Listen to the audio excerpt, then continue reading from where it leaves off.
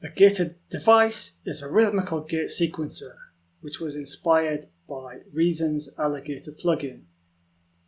These three sequencers here can be mapped to the volume of the different chains of an effect rack so that they open and close the effect chain. In this way, we have the flexibility to load up any effects we like into each effect chain. Now, before we get into the device, let's just look at the audio effect rack that I have here. So we have three different chains here, and then we have also the dry signal.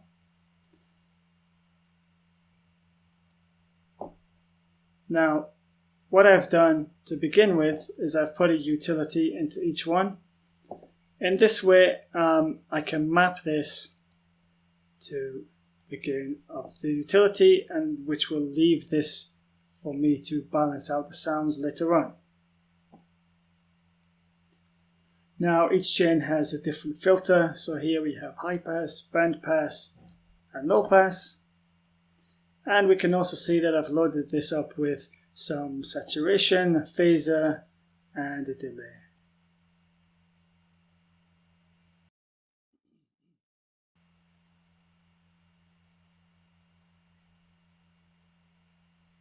So let's look at the device, and let's just look at one single lane.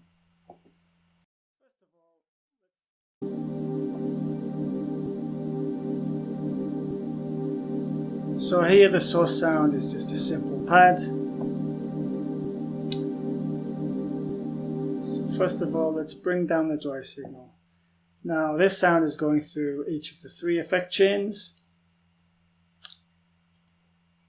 So now, by simply clicking here,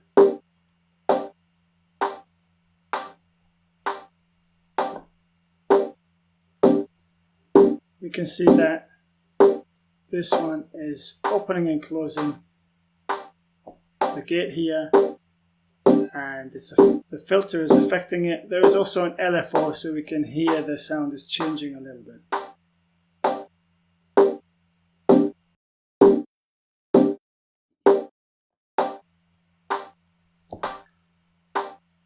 So at the bottom here, we can change the global resolution for the steps.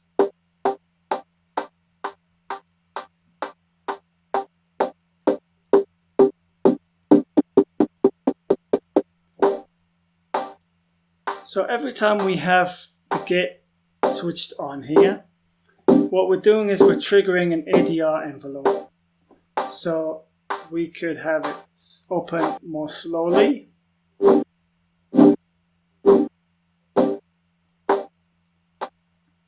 Or we can lower the decay so that as soon as it opens, it closes right away.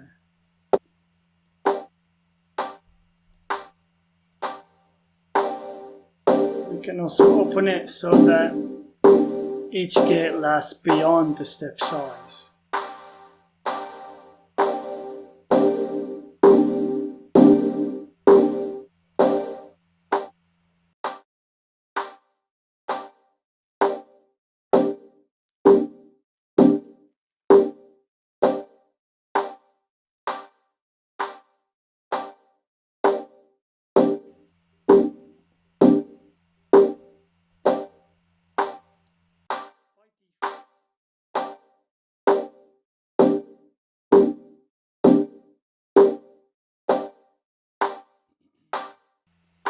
By default, the mapping will go from the lowest to the highest value of whatever parameter we set it to.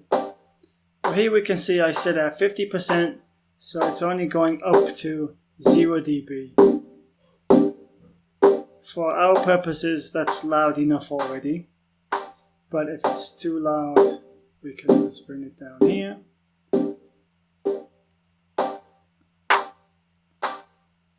We can also invert that.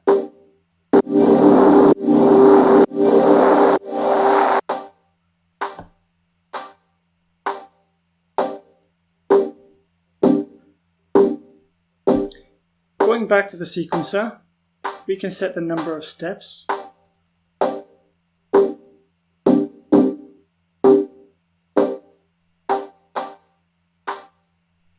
And here we have 16 different sequences we can save within that sequencer. And we can see that one thing is that the number of steps is saved as part of that sequence.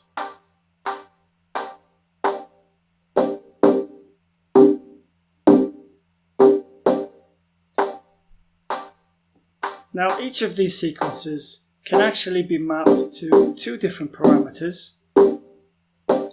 Here we have the first group, which is blue, and then we also have a green group. So if we like, we can also map this to, for example, the frequency.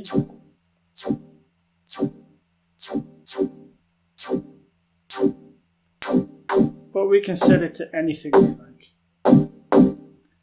Now one thing we notice here, when we change the group, we actually have two separate ADR envelopes.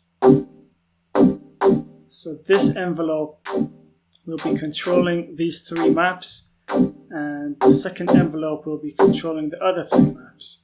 So we can make this very short, we can make it very different.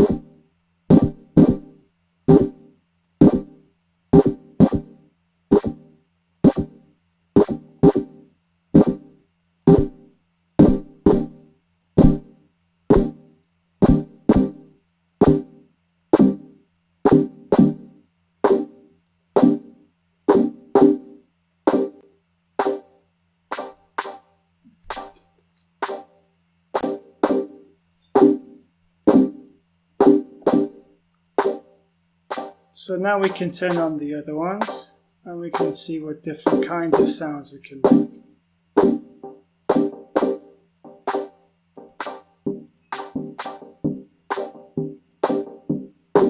Of course, the only limitation here is whatever effects you decide to put into each tune.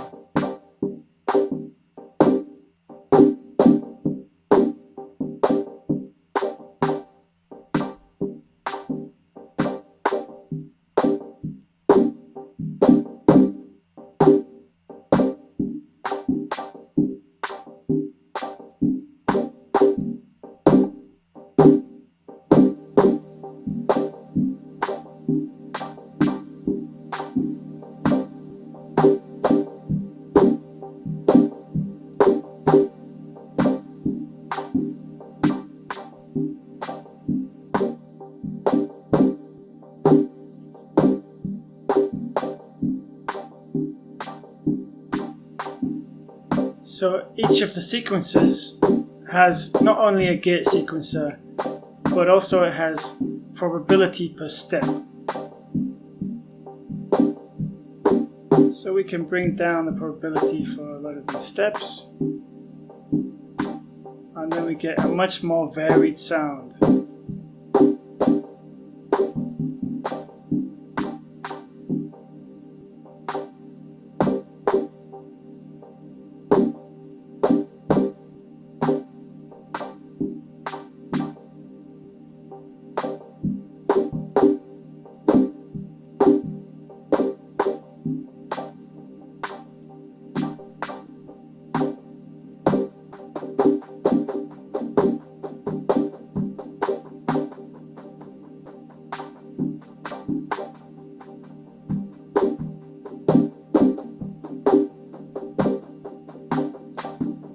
Finally, we can also turn the sequences off, and then we manually trigger.